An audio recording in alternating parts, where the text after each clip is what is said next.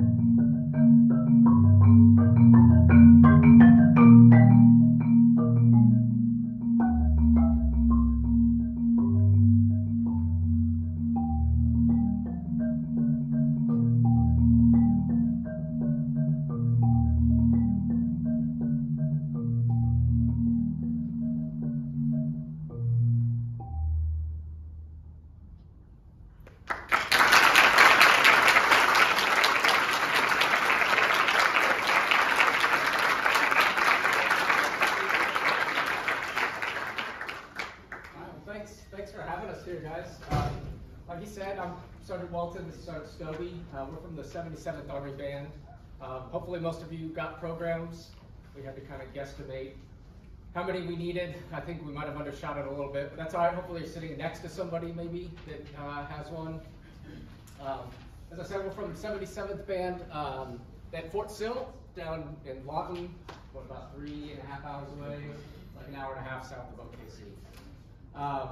So I just want to say thanks to the organizers real quick. Mr. Kraft, I don't know if he's in here anymore.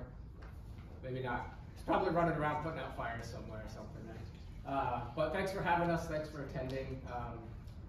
We really enjoy playing this kind of stuff.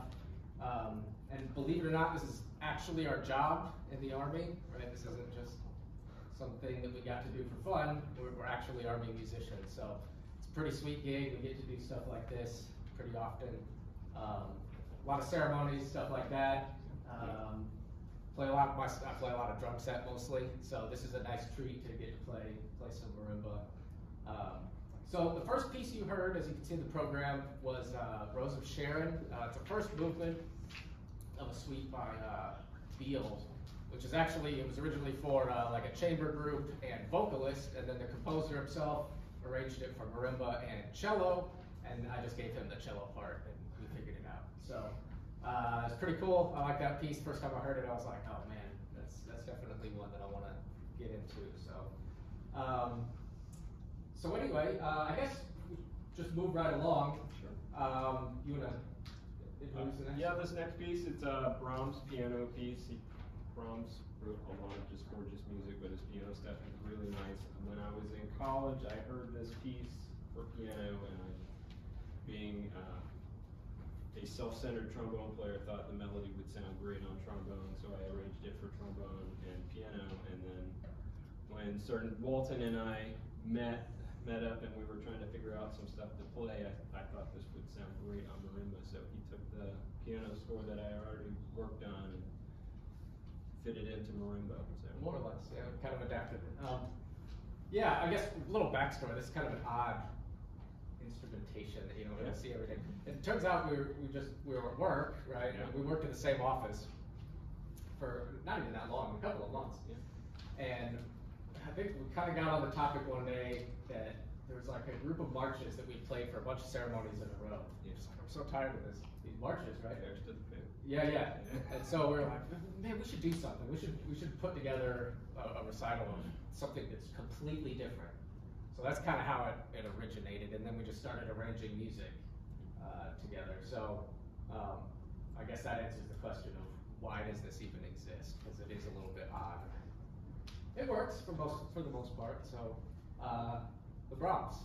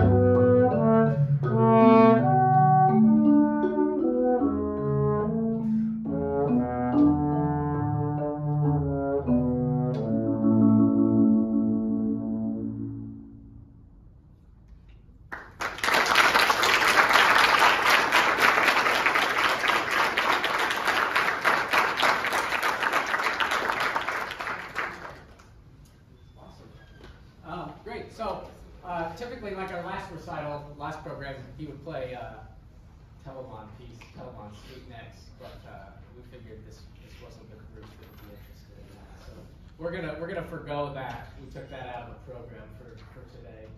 So I'm sure he's heartbroken. But What's the general listen? yeah. What can you do? So anyway, as you can see, piano music kind of, I mean, sometimes it fits, right? You just kind of make it work. I'm a big proponent of taking music that we love and just making it work, right? So when we decided to play a recital together, I didn't even like get online and search for pieces for marimba and trombone. I didn't really care. I mean, I'm sure they exist. It's probably not a ton of them, but I'm sure they exist out there. I think I'm a big proponent, like I said, of taking the music that we love and arranging it, moving it around, making it fit a way that we can play it ourselves, right? I'm never going to be able to play that on piano. I shouldn't say never, but I'm probably never going to practice enough piano to be able to play that. But it's really neat to be able to experience that from the inside, right? So it's just something I encourage all of my students, all of my past students to get into. If you love something, even if it's a piece for, you know, trumpet or something, right? Figure it out, get in there, arrange it, get with a friend, make it happen, you know? Everything's possible, almost everything's possible. So, before we move on, I wanted to just open up the floor maybe and see if anybody has any like questions about what it's like to be like in a military band. Probably haven't really been thinking about it much.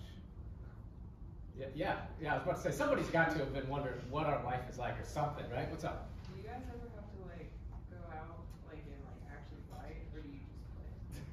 So, no, that's a good question, right? Like, because if you join the Army, Navy, whatever, to be a musician, like that could be a concern, right? I usually tell people this, like, yes, we go to basic training, we do rifle qualification twice a year, fitness tests, all that stuff. But if we're relying on the Army bands to fight our wars, we're probably in really bad shape. I'll put it that way, all right? Like, chances are, a lot of you probably been drafted already, all right? So, no, I mean, that's really not a thing that is expected within our scope of duties. But Sergeant Stobie actually has deployed to Iraq, so maybe he can speak. I spent about a month in Iraq, but as bands people, like we're going there to play music for troops and for our allies. So I took a brass quintet to Iraq in 2019 at Christmas time, and we hopped on a Black Hawk helicopter and flew to different bases, and we would hop off and play Christmas music. There was one day we took a Chinook. It's bigger. It looks like a banana with two blades on it. We took one of those with a bunch of presents to Syria for a day, and that was really cool. But yeah, it's one of those things. Like when I joined in 2009. So like Iraq was hot and heavy at the time, and I was worried about something like that. But in hindsight, now that I got to do that, like that is one of the highlights of my life. Like I'm gonna tell my grandkids about when I was in war-torn Syria, running off the back of a Chinook helicopter to play Christmas carols for SF guys. It was pretty cool. Yeah, it's pretty cool stories that you end up with. Yeah. So like my first duty station was Korea. Like I found myself drumming with the rock band there. And that's where we met. Yeah, that's actually where we met, was in Seoul, in Korea, that first time.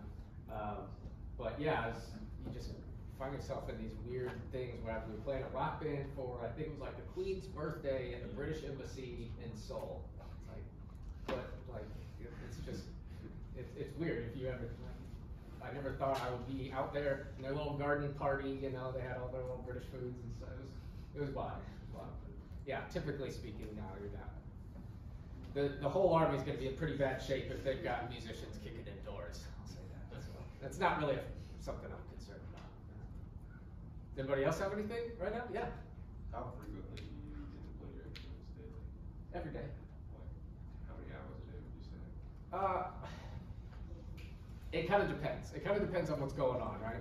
There are certain times of year where there's tons of jobs coming in, ceremonies, change of command stuff, dining out events that we play. So like, what do you say?